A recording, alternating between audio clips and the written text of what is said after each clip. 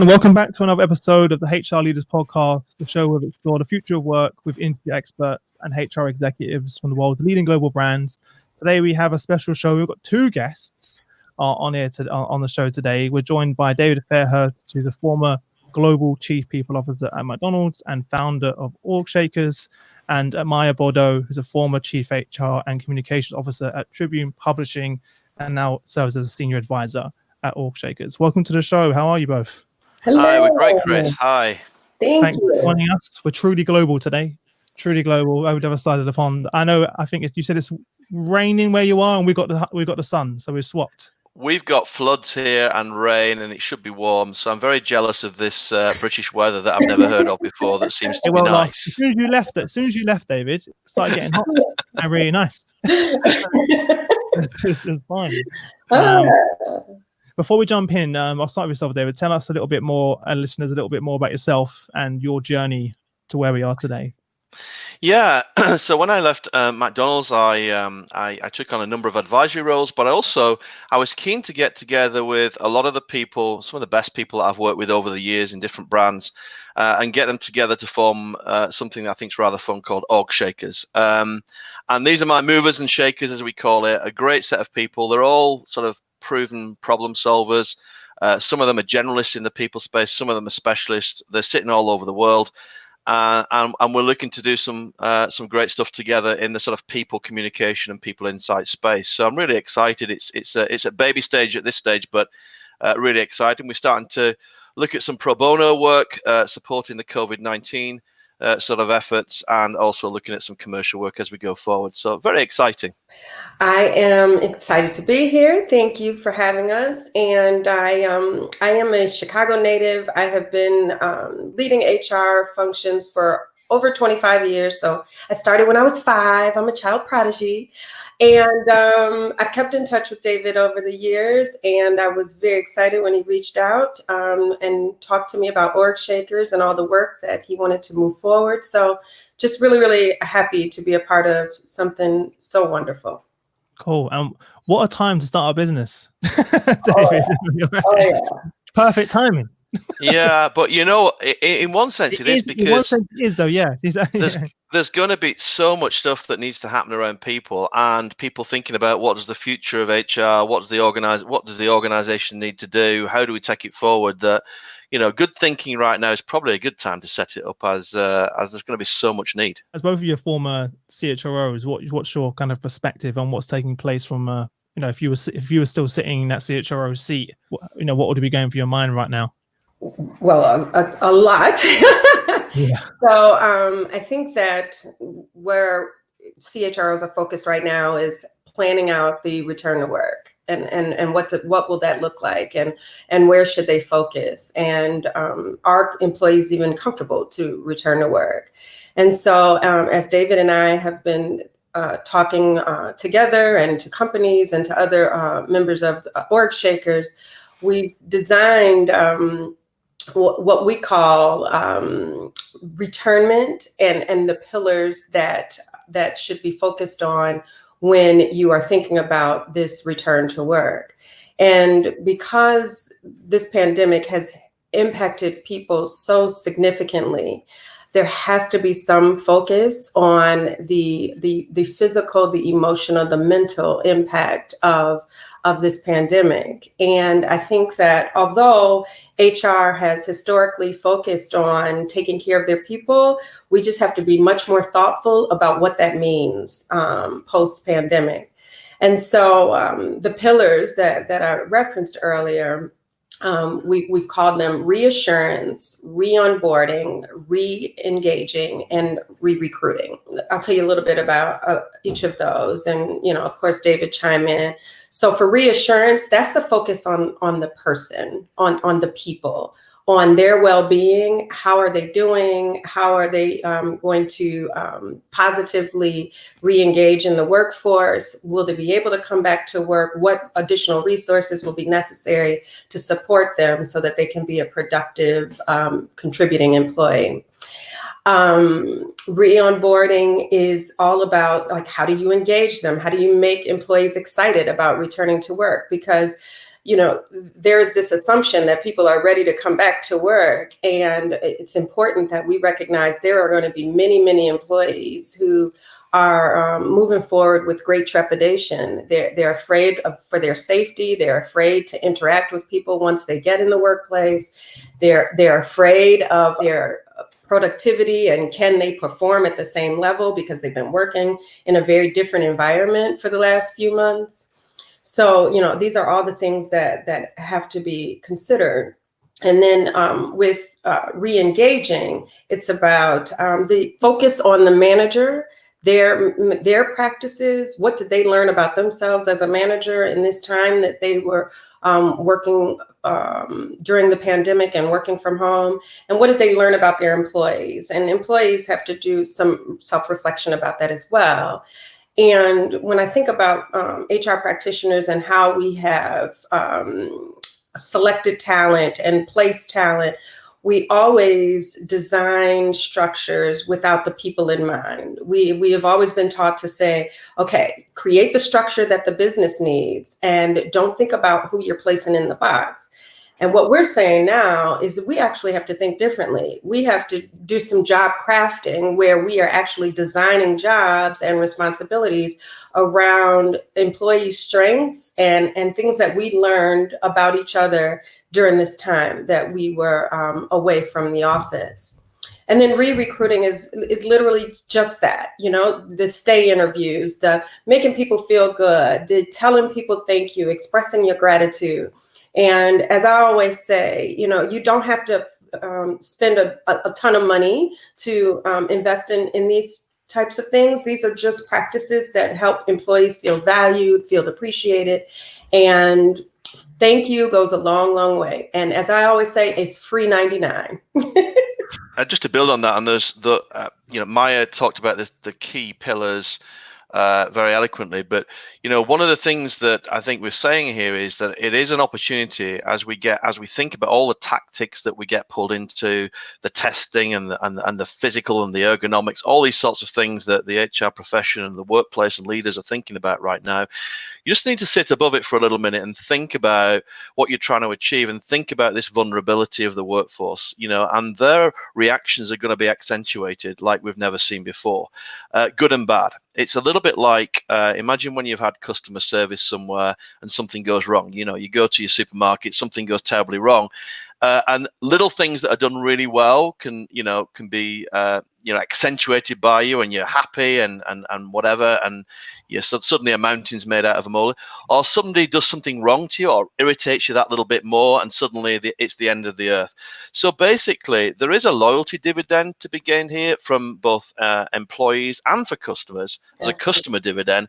If you get the little things right, you need to charm your people on this returnment strategy. By charm, you need to commit to help, attract, retain, and motivate. Charming the people is really important through all the stages that Maya's outlined there. And doing that in an authentic way. Yes. Well, right now, everyone's on show. So it's pretty hard to be inauthentic. You'll get found out pretty quickly. Yeah. And that's kind of the last thing you want. And we're seeing companies right now that their true colors are showing. Absolutely. Through COVID right now, the PR and comms team can only do so much in those cases. When we last spoke, David, you was talking about making sure that the impact it's had on the economy. What's the effect this will have on the workforce? You was talking about the workforce cliff. Could you jump more into that? My earlier projection back in 2014, having looked at a lot of data, and it was factual data about births and deaths, is that over the next decade or so, from 2014, is that by month, by year, we can pretty much see that there was going to be a supply and demand issue of talent, people to recruit into organizations cross sector and across the world. Countries like Germany would be one of the first to be hit with this workforce cliff, then Holland, then UK, UK about now, and the US probably another year away. And so during the last 5 years, we've seen some really good people practices and investment in supporting some what were previously underrepresented groups in order to stave off this issue of a shortage of the workforce. So as employers found it tighter and tighter to hire people in terms of the market, they've been really good by thinking about the long-term unemployed youth, around older workers, around accommodating people with disabilities, and also attracting certain minority groups that continued to grow. The issue is now, and here's my next projection, which I'll share with you today, is that the cliff is going to go back 3 to 5 years. And so it's still not going away. There is still a workforce cliff. It's just been put back a little bit as we go through this period of time. And if you cast your eye over what the Bank of England said only not long ago, a few days ago, is that the economy is going to be sort of V-shaped. It's going to fall off right now. There's going to be a lot of unemployment, but it's also going to come back really quickly, and as will employment numbers. So that's sort of consistent with my projection that 3 to 5 years is probably the stave. So the call to arms really is you must continue to work with these, particularly with these underrepresented groups in this sort of D&I space, because around the corner is the shortage of talent yet again, and it will spring back quickly.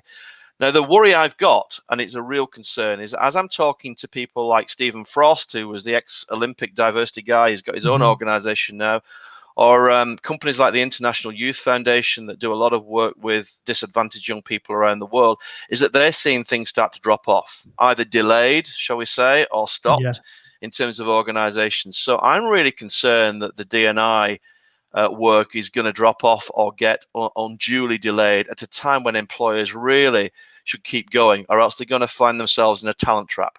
Absolutely. And when I think back about our earlier conversation around well-being and taking care of employees, it is important that employers are looking through this D&I lens when they're thinking about their employees, their engagement, their ability to re-engage in the workforce. And so when you're making decisions about how you're going to return employees to work, you have to look and be considerate of diversity, of inclusion. And an example of that would be, I have spoken to a lot of women leaders who have been working from home for these last few months, and it has been a real struggle for them in balancing working from home, taking care of a 3-year-old and a 1-year-old who's pulling on your pant leg while you're talking to your CEO. And so, these types of scenarios have played out over and over again across the world, and have made many women leaders feel like they can't keep up. It's very difficult for them to keep the same pace, and that they want to come back into the workplace. And so, delaying certain populations from coming back to work could actually adversely impact them. So it's just a reminder of always having a lens where you are thinking things through and how it impacts all people, particularly portions of the population who we forget about, who are underrepresented, who don't necessarily have a voice that's speaking up on their behalf. And if I could build on, Chris, I mean, one of the areas that I've been looking at personally is the 50+ group, which, by the way, I'm one of. So, and working with a company called Restless, who are focusing on how they provide support to that group. And I can tell you that there are some real concerning stuff going on in the older. Not only can older workers play a very valuable role. Years ago, I did a lot of research with Lancaster University and McDonald's, looking at just the true value that older workers can bring to customers and to organizations, and an important part of the workforce, even for companies who are perceived to be the employer of younger people like McDonald's. Older workers are really important. If I see what's going on now, I'm hearing stories of employers being put off hiring people over 50 because you're frightened they might get hit by the pandemic or the next pandemic. I'm also seeing the vulnerability of older workers. I mean, imagine you're exposed with this pandemic. Imagine if this sort of remarginalization impact that we're talking about here continues to to happen, this could be a really put diversity back 10 years for older workers. So I think we need to continue to focus on them. And just as we've talked about a dividend in terms of bringing back people back to work, loyalty dividend with your staff, a loyalty dividend with your customers, I think there's a diversity dividend as well. Because as Maya says, if you're working for a company right now, I don't want to see my company stop its apprenticeship scheme. I don't want to see my company stop focusing on older workers or people with disabilities or some of this D&I work, because that says a lot to me about my company. Even if it doesn't affect me personally, that says a lot to me about my company. So I think there's a dividend, a diversity dividend for companies that continue to do the right thing, even though it'd be very tempting to put some of this resource and finances into all of the short-term priorities that are going to hit the business right now. They need to keep doing this because there's a real payback. What else is on your mind? I know that there's a lot of you going on right now, a lot of work that you're doing. I know something you mentioned last time, which I'd love to jump into, is around job crafting. Yeah, one of the things. I mean, we're going to see a number of things, and Maya, please add on in what you might call the new work order, the workplace beyond COVID. And it's not all bad, but it's also not all about Zoom, right? Everybody keeps talking about remote working and whatever. That's part of it, but there's a lot more to it than that. And one of the things that we've been exploring is this whole notion, which was rather academic, around this word job crafting or job sculpting, which is the idea that post the Industrial Revolution, the way we organized work is that we made job descriptions that tell you what you're supposed to do, and then, hey, evaluation systems to tell you how you're paid for what you do. And we almost created policies and practices that kept you within that job. So in many ways, the job description defined who you are and what you do in the organization. And that's how we made sense of it. And I understand why, that's how we made sense of organizations. The whole notion of job crafting is when people personalize what they do. So they bring themselves to their job and they're not defined by the job description. It's the other way around. And so they start to think about, what are the tasks that I can drop? What are the tasks that I can add? What is the nature of the relationships? What is the nature of how I frame this job even? And so this is something that has happened for some time, and particularly happened in slightly older, middle-aged people, etc., who've had life experiences, who wanted to change their job a little bit and maybe had a boss that gave them permission to do that. Well, I think there's going to be a revolution in job crafting, because what this shock has done, what this horrible pandemic has done, is allow people to think differently, not just about how they work remotely, about what tasks make sense, what tasks don't make sense, what could I change, what could I stop doing, what's the nature of my relationship with my boss, what does a boss look like, and so on and so forth. So even at the most junior level, in organizations where you would think jobs are hard to craft and personally change, I think, and for younger people, we're going to see a lot more job crafting. People are going to come back into the workplace and be thinking about, how can I personalize this job more? And will my manager allow me to do that and give me the space to think about how things could be different? A whole redefinition of the workplace. So I think it's exciting, because I think there's a lot of business benefit and employee engagement to be gained by opening up our minds to thinking about doing jobs and crafting jobs differently by allowing people to personalize, if that makes sense. Yeah, absolutely. And I think that the pandemic also forced people to do things they wouldn't normally do. So as everybody moves home to work, you're called upon and asked to do things that you wouldn't normally have been asked to do. And so you're learning a lot about yourself during this time as well. Things that you want to do differently, as well as, I didn't realize I had this skill. And so, being able to leverage and utilize those skills in different ways once we return to work, I think it's going to create some excitement for the workforce. Yeah, many of the HR leaders I've been speaking to have been using this as an opportunity to make those changes. Mm-hmm. When would you have ever had an opportunity like this to actually, redefine what that framework looks like? Absolutely. As well. Yeah, I'm just wondering. I hope we don't go back though. I just hope we don't have this opportunity then go back to the norm. That's my worry. Yeah, I think, first of all, I don't think there is a new norm. I think that the natural propensity for line managers to think about normalizing this, right? Normalizing the workplace, maybe reducing the amount of travel, and maybe being a bit more flexible with workplace practices. But I think that's very narrow thinking. I mean, first of all, going back, it's not a new norm. It is a totally different environment with totally different expectations. And as we said earlier, things are going to be accentuated. Their brains are going to be in a state where little things that you do good are going to be seen massively, and things that you do small are going to be seen. And there'll be huge turnover, maybe some of your best talent. Because if you don't allow some of this job crafting, if you don't rethink and re-engage into a whole new type of working practice, not just about remote working, then you may find that the turnover of the talent is something that isn't exactly desirable, because they're going to jump ship. Some of the best swimmers will jump ship, and because they want to see some of this happening. They want to change a redefinition between the employee and the employer, between the line managers, and the little things that line managers could do to open up their minds to some of these things, not just travel, not just remote working, but working very differently with people. Then you'll see, the engagement levels of some of your best talent increasing as a result. Absolutely, which really makes it clear that you have to have leaders who have open minds, who are flexible, who are agile, who are open to these new ideas that employees will be bringing into the workplace. And although it is a trait or a characteristic that you always look for in leaders around flexibility and open-mindedness and being collaborative,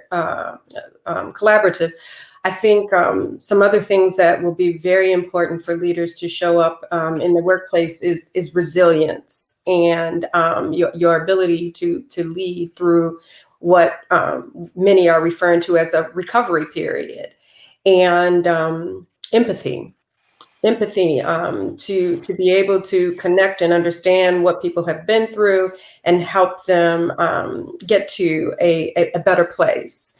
And compassion and calm. I think so many leaders have learned many things about themselves and their ability or inability to lead in a calm and compassionate way through this pandemic and post-pandemic, because unfortunately the chaos is not over. No. So it'll be a new set of chaos, just redefining it and defining it in a different way as we work through this recovery period and post-pandemic.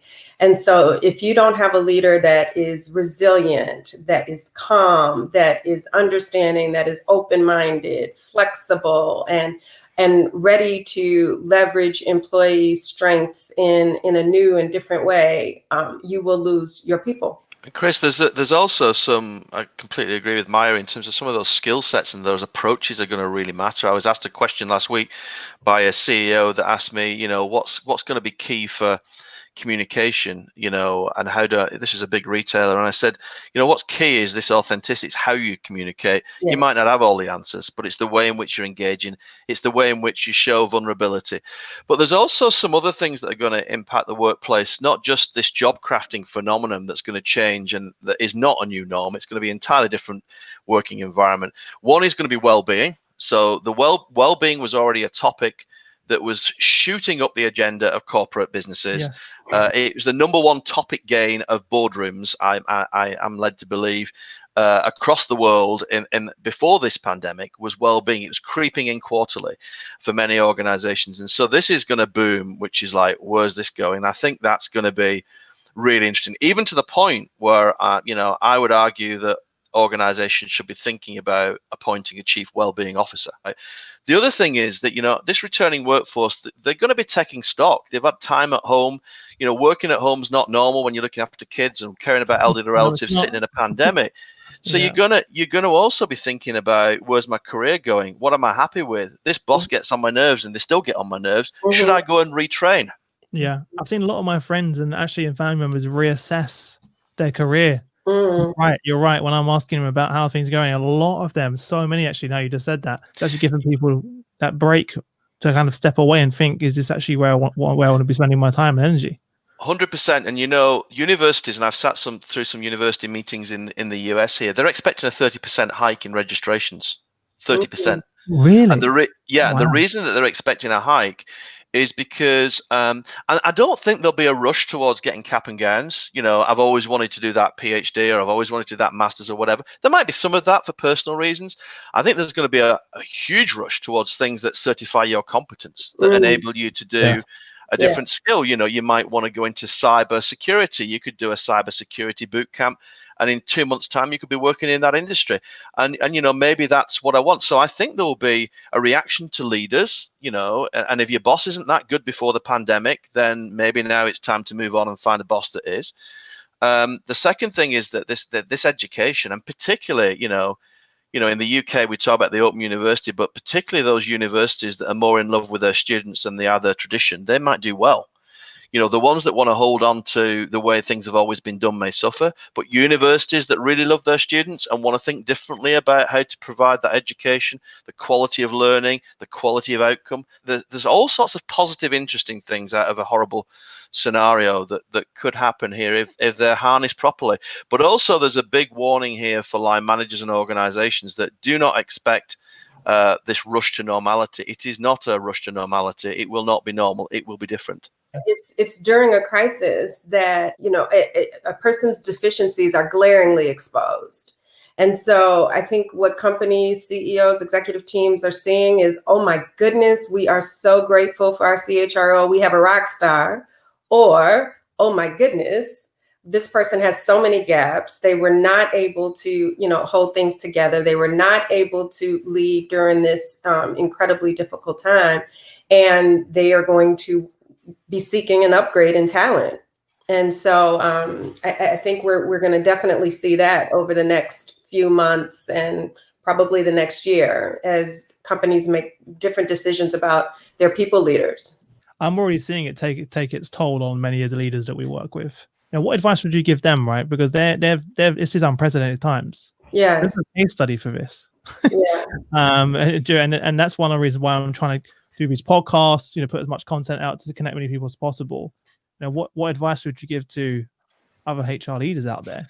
Well, from my perspective, I think this is not a one-off. So this is transformation, turnaround type mentality that's going to be a continuous. So if it's not this, there'll be the next thing. So I think, like any other leader, it's about focusing on an always-on approach to transformation.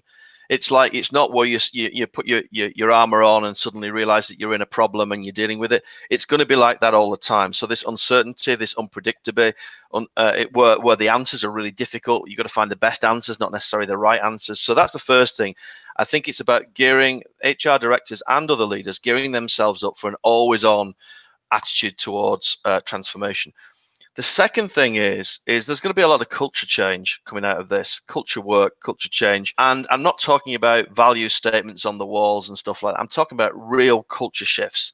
And I think there'll be how to harness and manage the culture shift in an organization is going to be a critical skill for the CPO. And I would say, in my experience of that, by the way, as an aside, is it's never the top leadership team that you're really worried about with a culture shift. And it's not really the frontline workers who are willing to, in most cases, to be led and looking for that leadership. It's what you call middle earth. It's the middle of an organization that needs to shift. I call it the middle earth.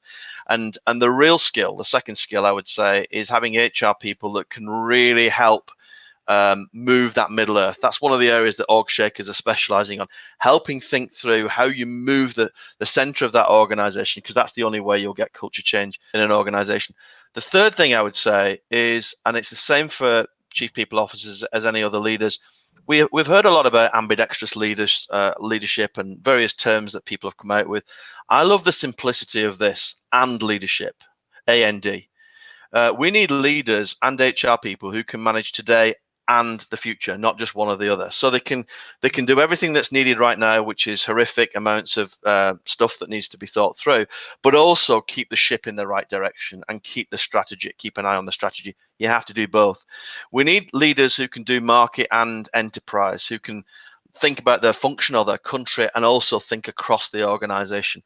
We need leaders who can execute and innovate. So now is a time not just to get into execution. Now is a time to also be into innovation. You need leaders who can focus on both, and you need leaders who can do merit, who can do good stuff, but also get attention. It's no use doing good stuff if your employees, your customers don't notice it. So those are the three things I would say. Always on transformation. This whole idea about managing culture and middle earth and leadership. People who can do this and that, very simply, is what I would focus on in chief people officers and in how we support them. So I agree with everything that David said, and what I would add is to his earlier point about always being on and being able to keep this pace. It is really, really important that people, leaders, are taking care of themselves, because, as you know, the saying goes, you cannot pour from an empty cup. And so when you're in a role where you are always on, that is incredibly emotionally and mentally draining.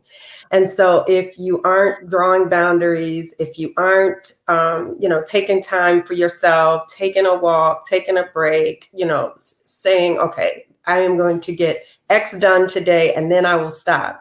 If you don't do that, you can't continue. It's not sustainable. And so, the pace that so many CHROs are working now during this pandemic, I think it's going to be even more rigor once we are moving back into the workplace. And so it's incredibly important that we are doing what you have to do to take care of yourself and make sure that you are in good and strong and stable mental and emotional state to be able to lead the people. As we think about this whole topic of well-being that we're talking about here, which is a really serious topic, particularly now, and in the broadest sense, it's physical, it's mental, it's financial. A lot of people worried about money right now, and what do I do, and how do I manage that through, and where do I get support for that? But it's also about, I've been thinking about well-being along with the other OrgShakers, and we've been doing some work on this, and it struck me the most obvious thing, and it's a simple thing to say, but I'll say it anyway. The number one thing that line managers or those around you can do is demonstrate EQ, emotional intelligence. And that's the number one impact on well-being, is emotional intelligence of the frontline managers. So as well as looking after ourselves as HR professionals, if I was having a push or a focus, if you like, on how do I help the organization get through this, because I know well-being, I know all these trade-offs and tensions that are going through right now, I would say focusing on the emotional intelligence of line managers. What do I mean by that? Line managers that ask you the right questions, that set the right culture, that will be supportive. And there are lots of tactics of well-being. There's mental health first aid, there's this, there's that, there's hotlines, there's people that you can support people in many ways. But the number one thing is that you can get to those tactics through a supportive line manager. So focusing your resources, and this isn't always about big budgets, focusing your training department and focusing your recruitment department on managers with EQ, as old-fashioned as that term sounds right now, is the number one thing you can do for well-being, and probably one of the most impactful things you can do at relatively low cost. It's just about focus post-pandemic. Yeah, I shared an example with you on our first call of my wife having her review during this, and she was very stressed out because you're talking about female leaders with a child grabbing at their leg while they're on a call. That has been my wife and I, but mainly my wife, to be honest, because I've been on the call on the podcast, and she was really stressed out, about she fell behind on her targets over the last few months, and she had her review of all times to have a review. Right. You have it right now, and she's on a Zoom call with her manager, and she was like very close to tears before the call started, and then on the call I was sort of sitting in the room as support in the background. Yeah, I mean, I was also asked the question this last week, and it's a great point, which is, if I haven't got a lot of money, so not every organization's got budget right now, and even if you have got budget, you're having to fight for it right now because there's all sorts of costs incurred and businesses in all sorts of trouble. If I'm focusing as an HR person or a leader, what can I do without big money, if you like, to really focus on employee engagement? And my answer was, fix your performance management system. The number one process in the HR world that affects the engagement of staff is what you've just described relative to your wife, is the performance management system. For most businesses, the sad thing is that performance management doesn't drive performance of the organization, and employees hate it. I mean, ask employees to put their hands up if you look forward to your annual performance review. No hands go up. Well, if they do, I'll be surprised. And the reason is managers hate it too. It's a chronic example of a process that's badly designed, that hasn't been modernized. I changed the name of it to be called performance motivation. You can't manage performance. We're not robots, but you can motivate performance. And so I think there's a simple redesign of that process where people look forward to something, where the manager learns about themselves as much as the employee learns about their performance, where the employees have these ongoing conversations, where you have good feedback, and where you grow and learn from it. And if you can, in your organization, think about your performance motivation as a single process and improve it, particularly post this horrific pandemic that we've been through, I would say that that would go a long way, a long way to improving the engagement of your staff. Yeah. Well, the point I was going to make at the end of that is that I was so amazed at how my wife's manager dealt with it, because she said, "Don't worry about it. You're not hit your target. We're still going to pay you a bonus. We're living in, we forget about the targets. We're still going to pay you. Still going to give you a bonus." And after that, my wife burst into tears because she couldn't believe it. And after that call, she was like, "I've never seen her work so hard. I've never seen her so engaged. I've never seen her say, you know what, actually, I think I'm going to go for a grade 4. I'm like, what? I was like, I'm going to go for, I know. And all of a sudden she's now completely re-engaged just because of that small act of kindness and the EQ you described of her manager saying, don't worry, we're here to support you. What you saw there in the manager is good EQ, right? Yeah. Supportive, ask the right question. What you saw in your wife is she works even harder as a result. The manager was committing to help attract, retain, and motivate. Your manager was charming. They did the right thing. But let me tell you, Chris, I'm hearing stories of some organizations that are even thinking about the new use of technology to monitor and track people because we don't trust them at home. Mm-hmm. Let me tell you, I'm hearing those stories. And that reminds me of something in the 1970s or 80s when I started work in factories where we used to clock people in, and then if they were 2 minutes late, we'd dock their salary, zero trust, people would check your work. Do we really want to go back to that through the modern use of technology? No.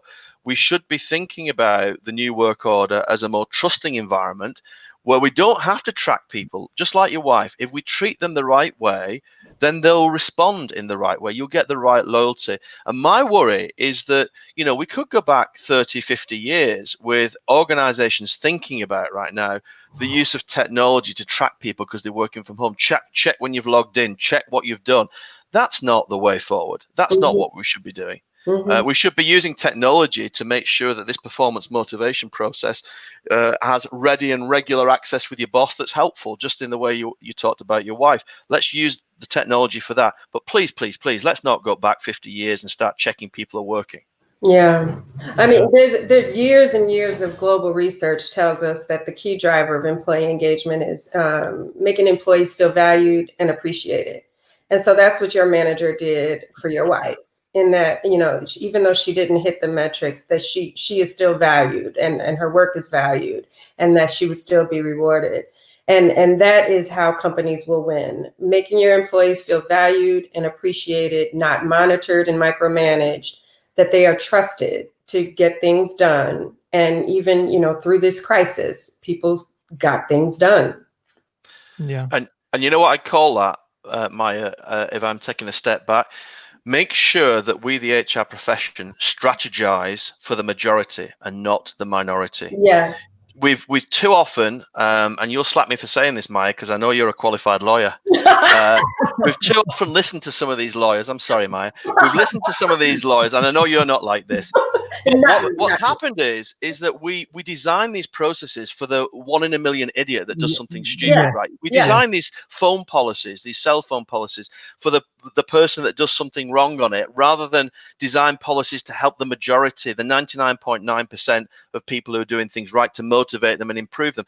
So this is what we mustn't fall in the trap of doing. Is there are always going to be idiots in organizations. Just deal with them separately. We can deal with them separately. We're good at that.